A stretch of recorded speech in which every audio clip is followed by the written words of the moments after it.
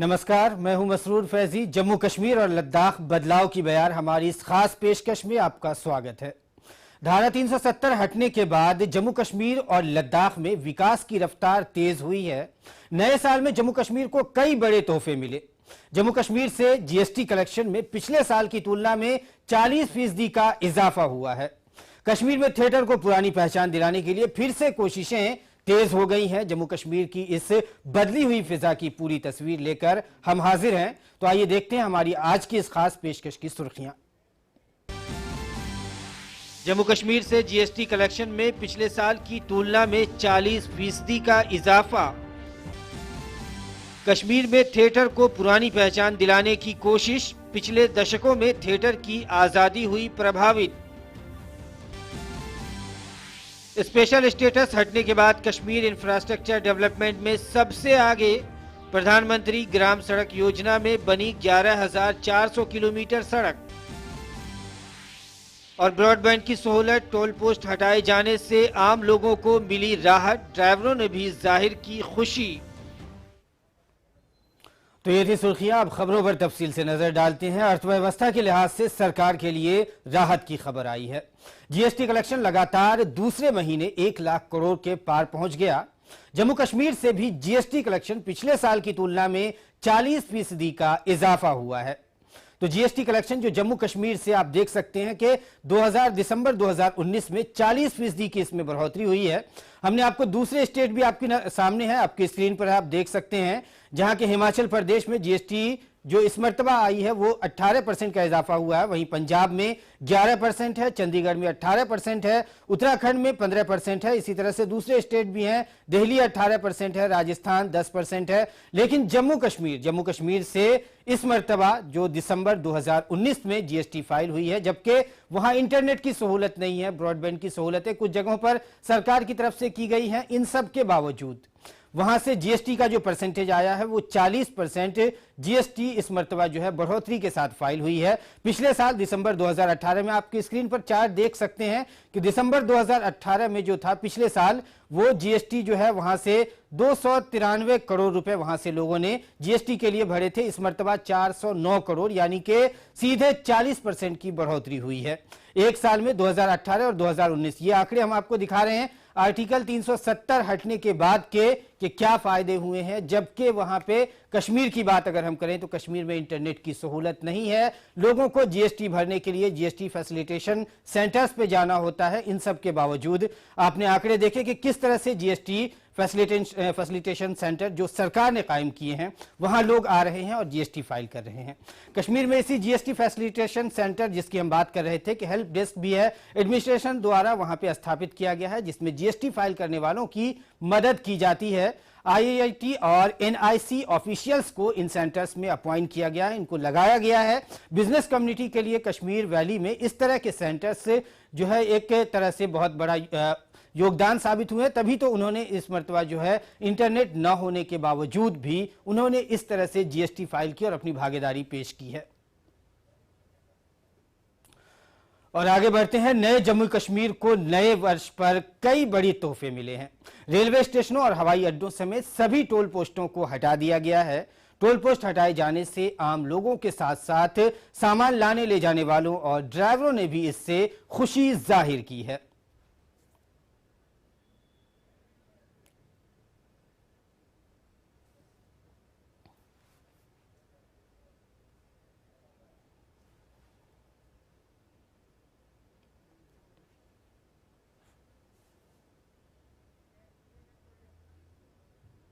इसके हटने से बहुत फायदा हुआ है। और हमको जो ये चीज़ें हमारे श्रीनगर में आते हैं वो भी महंगी आ रही थी, तो इससे फिर फायदा होगा, वो भी इसमें कंसेशन होगी। अब महंगाई हट जाएगी, गाड़ी वालों को बहुत आसानी है। इधर तो 2-3 दिन भी टूटते थे और पता नहीं क्या होता था यहाँ पे। अब उधर से गाड़ी आएगी सीधे जाएगी, तो इससे बहुत फायदा होगा। अपना ये 100 रुपये पर क्विंटल देना पड़ता था, इससे कोई फायदा नहीं मिलता था हमको। ये जो अपना कोई भी सामान लेता ऊपर उसको ही चढ़ता था।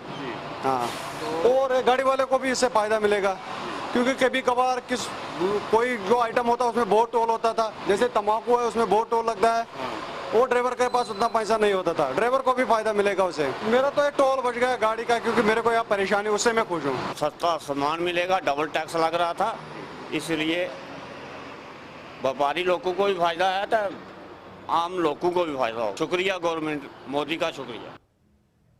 तो जम्मू कश्मीर में इंटरनेट सुविधाओं के साथ साथ एसएमएस बहाली हुई और अब टोल टैक्स भी हटा दिया गया है, तो नए साल में कई तोहफे दिए गए हैं। आगे बढ़ते हैं। कश्मीर में थिएटर का एक पुराना इतिहास रहा है। कश्मीरियत की शानदार रिवायत में रंगमंच मनोरंजन का यही एक मात्र साधन हुआ करता था। 8वीं शताब्दी से 15वीं शताब्दी तक कश्मीर के आर्ट ने बहुत तरक्की की। 15वीं शताब्दी में सुल्तान जैनुल आबिदीन ने कश्मीरी फनकारों की खूब हौसला अफजाई की थी, लेकिन हालिया दिनों में 1989 से कश्मीर में जारी हालात के दौरान थिएटर में एक ठहराव सा आ गया। सारे सिनेमा हॉल बंद कर दिए गए। हालांकि तमाम कठिनाइयों के बावजूद कश्मीरी लोक थिएटर स्थानीय लोगों के दिलों में जगह बनाए हुए है। कश्मीर में थिएटर को पुरानी पहचान दिलाने के लिए फिर से कोशिश की जा रही है। इस सिलसिले में एक सेमिनार का आयोजन भी किया गया। ड्रामा जो कि सबसे बहुत अहम कल्चर का हिस्सा है, और ये कश्मीर में, हिंदुस्तान में बहुत बड़ी ट्रेडिशन रही है ड्रामा की।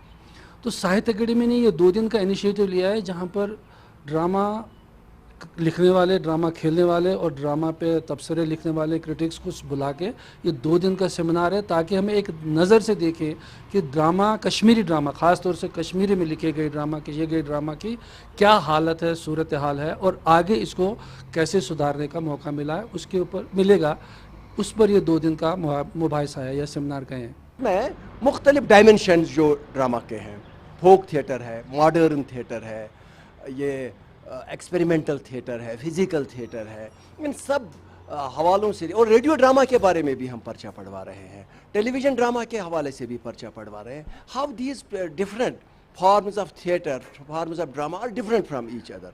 तो उसमें ये डिलिब्रेशंस भी होंगे, और फिर हम एक किताब की सूरत में शाया करेंगे, जो बड़ी इंपॉर्टेंट बात है, ताकि हमारे जो रिसर्चर्स हैं, स्कॉलर्स हैं, उनको मटेरियल अवेलेबल रहेगा ड्रामा के हवाले से कि ये सिर्फ है क्या।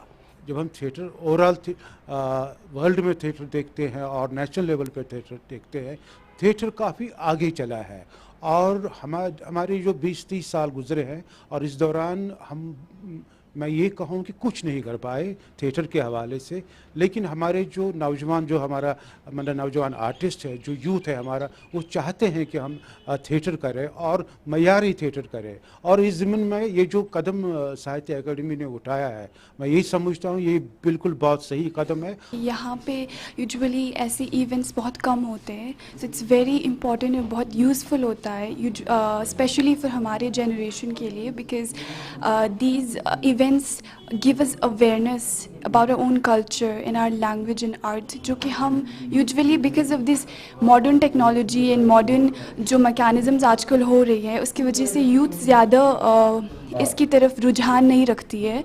तो इट्स वेरी इंपॉर्टेंट कि अगर हम जो ओल्डर जनरेशन है वो हमें इसकी तरफ माइल करे, तो हम इसको आगे ले जा सकते हैं।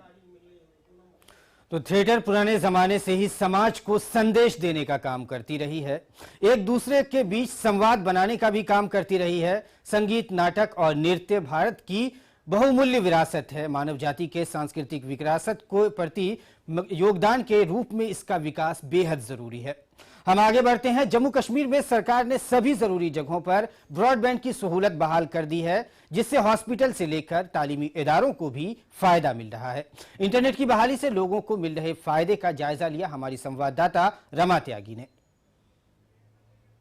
कश्मीर घाटी के 80 हॉस्पिटल्स और हेल्थ सेंटर्स में ब्रॉडबैंड इंटरनेट रिस्टोर हो गया है, और इस वक्त जीएमसी के मेडिकल सुपरिटेंडेंट हमारे साथ मौजूद हैं। इनके यहाँ पर भी जो नेट है वो रिस्टोर हो गया है। इनसे बात करते हैं कि किस तरह से जो दिक्कतें आ रही थी वो इससे दूर हुई हैं, और किस तरह से जो मरीज हैं उनको और ज़्यादा सहूलियत हो सकती है। ये जो मेरे ऑफिस का ये ब्रॉडबैंड था, ये रिस्टोर कल मॉर्निंग में हो गया, और जो आयुष्मान भारत के लिए ओपीडी में था वो आज मॉर्निंग में रिस्टोर हो गया। इससे हमारे काफ़ी सारे इशू जो हैं डिटेक्ट हो जाएंगे। जैसे गोल्डन कार्ड वाले जो पेशेंट थे, जो आयुष्मान भारत स्कीम में जो है उनको हमें वेरीफाई करना होता, इससे काफ़ी सारे मसले हमारे हल हो गए। किस तरह की दिक्कतें आ रही थी जब तक ये रिस्टोर नहीं हुआ था? जैसे आपने आयुष्मान भारत की बात की है, गोल्डन कार्ड की बात की, और किस तरह की दिक्कत थी जो आ रही थी हॉस्पिटल को ऑपरेट करने में या मरीजों को थोड़ा फैसिलिटी देने में? आज का दौर जो टेक्नोलॉजी का दौर है और इससे हमारे काफ़ी सारे इशू एड्रेस हो गए हैं। पहले हमें उस स्कीम के लिए अगर कोई ऐसा इशू होता था तो हमें डीसी ऑफिस जाना पड़ता था और वहाँ उनके पास उनसे टाइम लेना पड़ता था। वो टाइम देते थे कि इस टाइम आइए, तो वो हमें एक लिमिटेड सा टाइम था। अब तो हमारा अपना रिस्टोर हो गया और हमारे इशू जो कुछ इक्विपमेंट्स हैं जो हमें ऑनलाइन जो है उसको कैलिब्रेशन करनी पड़ती है, तो वो हमारे जो इशू ऐसे हैं वो रिड्रेस हो गए हैं। इंटरनेट ओपन हो जाने के बाद ये कितनी सहूलियत आपको? बहुत बड़ी सहूलियत हो गई इस चीज़ से, क्योंकि हमें अपलोडिंग के लिए दूसरे ऑफिस में जाना पड़ता था जहाँ पे इंट्रानेट वर्क कर रहा था। ऐसे सच अपलोडिंग नहीं हो पाती थी और पोस्ट डेट अपलोडिंग हो जाती थी, क्योंकि सच वहाँ पे स्लॉट अवेलेबल होता नहीं था। आफ्टर 2 वीक्स और 3 वीक्स वो हमें स्लॉट अवेलेबल करवा देते थे, तो हम उस टाइम पे वहाँ पे चले जाते थे। जैसे आप बता रही हैं कि उसमें काफ़ी टाइम लगता था अपलोडिंग में या इनका जो भी रजिस्ट्रेशन प्रोसेस होता था उसमें, तो उसमें पेशेंट्स को भी देरी होती थी या आप ही लोगों के सामने कॉम्प्लिकेशन? नहीं, कॉम्प्लिकेशन सिर्फ हमारी साइड पे होती थी। हम ऑफलाइन लेते थे सब डेटा पेशेंट्स का। सिंस द मोमेंट वो यहाँ पे एंटर करते थे पेशेंट, उनके लिए ट्रीटमेंट शुरू हो जाता था। उनके लिए कोई भी ऑब्स्टैकल्स नहीं थी। ऑब्स्टैकल्स थी that were in our way, that were not in their way, क्योंकि हमें अपलोड करना पड़ता था। हेल्प डेस्क पे अब जिस तरह से आपने दिया और तुरंत आपका कार्ड अपलोड हो गया, ट्रीटमेंट शुरू हो गया, तो ये कितनी बड़ी एक सहूलियत है, ये कितनी बड़ी एक मदद है? हमारे लिए बहुत बड़ी मदद। 2 मिनट की देरी, बस मैं यहाँ आ गया काउंटर पे और मेरा कार्ड अपलोड हो गया। ब्रॉडबैंड के रिस्टोर होने से चिकित्सक यहाँ पर खुश हैं, क्योंकि चिकित्सा की जो प्रक्रिया है उसमें अब यहाँ पर तेज़ी आएगी। जो अलग अलग योजनाएं हैं, अलग अलग स्कीम्स हैं, वो लोगों तक जो उनका लाभ नहीं पहुँच पा रहा था, उनका लाभ अब यहाँ पर लोगों तक पहुँचेगा। कैमरामैन AK के साथ रमा त्यागी, DG न्यूज़, श्रीनगर। तो कश्मीर में सभी जरूरी जगहों पर इंटरनेट सहूलियात देने से लोगों ने काफी राहत की सांस ली है। लोगों के काम अब आसानी से हल हो रहे हैं। कश्मीर की champion football club real Kashmir ने राज्य में फुटबॉल को आगे बढ़ाने का बीड़ा उठाया है। सिर्फ 2 साल के अंदर यह क्लब घाटी की पहली फुटबॉल टीम बन गई है जो देश में टॉप आई लीग के लिए क्वालिफाई हुई। रियल कश्मीर और चेन्नई सिटी के बीच अभी हाल ही में मुकाबला हुआ, जिसमें रियल कश्मीर को जीत मिली। कश्मीर में लोगों को इंतजार है मोहन बागान, जो कि कोलकाता की मशहूर क्लब है, और रियल कश्मीर के बीच, जो कि कश्मीर की टीम है। मुकाबले का सभी को इंतजार है और यह मुकाबला इतवार के दिन कश्मीर में खेला जाएगा।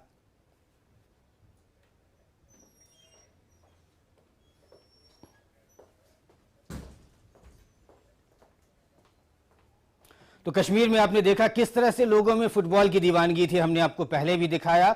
कश्मीर के लोग फुटबॉल के इस मैच का, जो मोहन बागान और रियल कश्मीर के बीच खेला जाने वाला है, इस मैच का बेसब्री से इंतजार कर रहे हैं। यह मैच इतवार को कश्मीर में खेला जाएगा। बंद, हड़ताल और तशद्दुद के बाद जो झड़पें हुई थी, जो मुजाहरे हुए थे 370 खत्म होने के बाद, उन सब के बाद जो माहौल साजगार हुए हैं, नई बयार जो आई है कश्मीर की, वो बयार जिसकी हम बात करते हैं, बदलाव की बयार जो आई है, उसमें बड़ी संख्या में युवा निकल के आ रहे हैं। हर जगह से युवा मैच देखने भी आए। हमने आपको पिछला मैच भी दिखाया था और अब जो इतवार को मैच होगा उसका भी लोगों को बड़ी बेसब्री से इंतजार है। और इतना बड़ा इवेंट जो कश्मीर में हो रहा है, ये कश्मीर के लिए एक बदलाव लेकर आ रहा है।